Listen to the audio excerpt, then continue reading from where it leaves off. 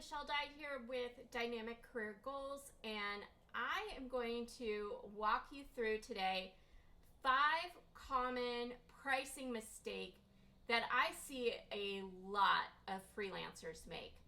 So I've been freelancing in the marketing space since 2004, and my first freelancing job, I made about $4,000 for a publication that I designed. So I've got a lot of experience in this, and I've recently, a few years ago, started doing a lot more marketing consulting. And I just get these questions all the time about how do you establish your pricing for your services. And so you're going to learn a lot by the things you shouldn't be doing, right? So that's what we're going to talk about today in this short video. So the first pricing mistake that I see so many people make is they base their prices on what others are charging. So this is a common thing I see every day happening in Facebook groups.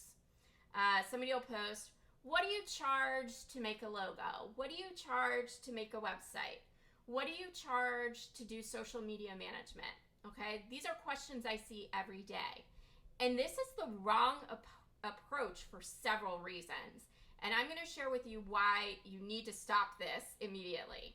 So for starters, how do you know that these other people are charging the right number to begin with? So there are many factors that go into your pricing. And your pricing can vary based on where you live. So for example, if you live outside of the US, sometimes your prices are a lot cheaper than, maybe what we're charging in the US because your cost of living is less.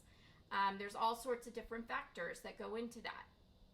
So your location can determine it, but also your years of experience, what you're offering. Like, there are no two offers exactly the same, right? When you ask a vague question like this. So you have to stop basing your prices on what others are charging, because it's not the right question you should be asking. You need to base these prices off of your skill set and other attributes. Okay, mistake number 2 I see is charging by the hour. Now, let's say you magically figure out a number that you need to be charging by the hour, and that's what you start charging clients by the hour. They are going to nickel and dime you. They are going to have objections of, well, I don't believe it takes, 20 hours to create, Facebook posts for the week. They have no concept of time of how long it really takes to do the work that you're doing, because they are not the expert, you are. So you can fight a lot of these objections by not charging by the hour, by putting together packages and flat rates, and that will help you figure that out, get a more clear price, and have less objections from clients.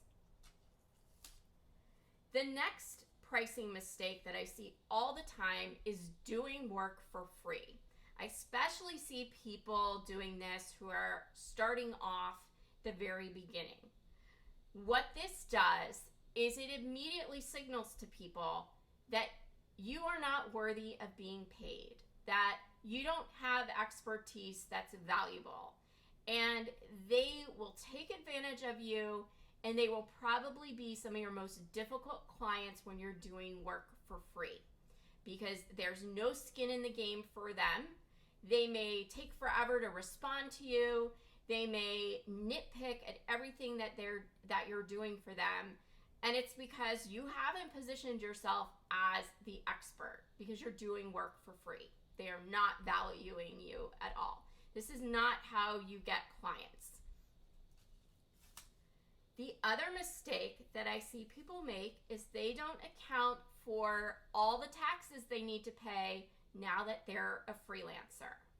So your employer, if you're working a regular 9-to-5 job, is already taking money out of your paycheck every week for a variety of taxes. But then they're also paying taxes on you. It's called a payroll tax. So you need to know how much money you have to set aside to pay your taxes, so you don't get hit with a big IRS bill and then you realize you haven't been charging enough money because you can't pay your taxes. Which brings me to another point.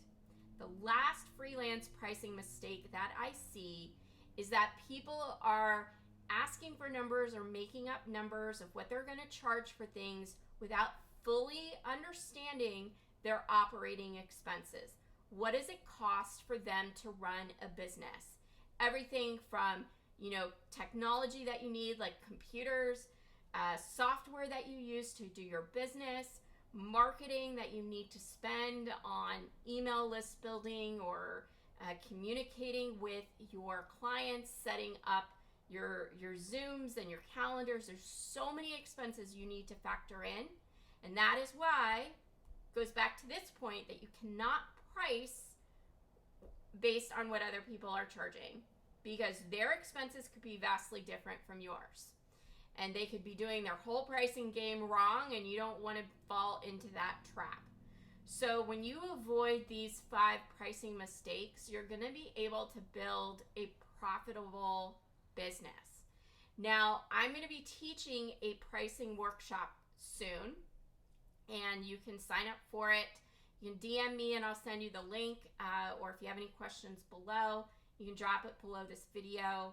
And you are always welcome to join my free Facebook group, Career Advice for Women, where I talk about all sorts of advice, whether you work in a 9-to-5 job or you're trying to build your own business or freelance or side hustle.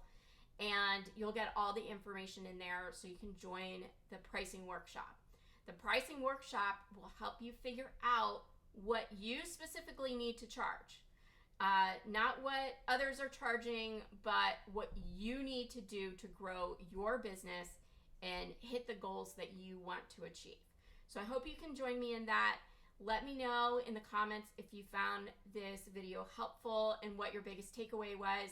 I always love learning what people really resonated with and what was new for them that they learned.